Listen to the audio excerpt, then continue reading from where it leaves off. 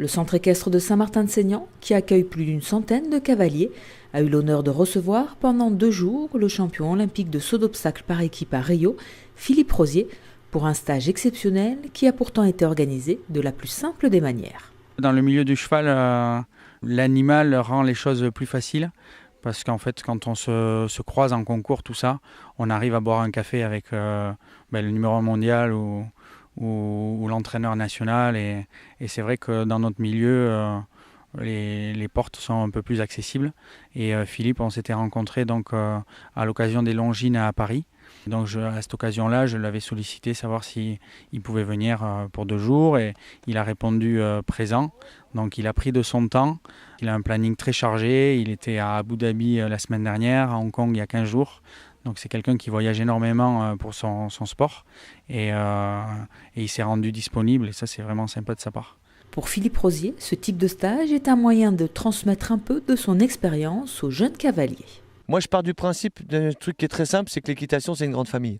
Donc, il n'y a pas de bon, de pas bon, de mauvais. C'est une passion qu'on a tous ensemble autour du cheval. Donc, sinon, je ne serais pas là. Je ne serais pas là parce que je ferais travailler que des gens très riches avec des super chevaux. Et... Non, c'est pas ça. C'est pas ça l'équitation. En tout cas, moi, c'est pas ma définition de mon sport. Même si je le pratique à très haut niveau, je pense que dans tous les autres sports, des grands champions viennent dans les clubs. En tout cas, parce qu'il y a sûrement des jeunes à détecter aussi. Et peut-être qu'ici, il y a un futur champion dans le club ici. Je veux dire, il n'y a pas aucune raison qu'il n'y en ait pas. Donc voilà, c'est ça, en tout cas, moi, ma philosophie de mon sport. Pendant 2 jours, une vingtaine de cavalières et de cavaliers amateurs ont pu bénéficier des précieux conseils du champion olympique. Déjà, on a un regard extérieur qui ne nous connaît pas du tout et ça change de l'habitude. Et on fait des exercices qu'on n'a pas forcément l'habitude de faire ou qu'on travaille moins. Et comme il nous connaît moins, il a plus du recul pour nous apporter ces expériences. J'essaie de faire ça dans la simplicité parce que c'est un sport qui est beaucoup plus simple que ce qu'on pense. Et puis avec les animaux, on ne peut pas tricher. Donc de toute façon, donc il faut donner une ligne de conduite. Voilà, c'est surtout ça. Et des infos ou éventuellement changer un mors d'un cheval, une embouchure. Voilà, des petites choses que nous on voit, qu'on détecte tout de suite. Et qu'au bout de 2 minutes, quelqu'un me dit ah oui, il n'est pas pareil. Voilà, c'est ça mon but.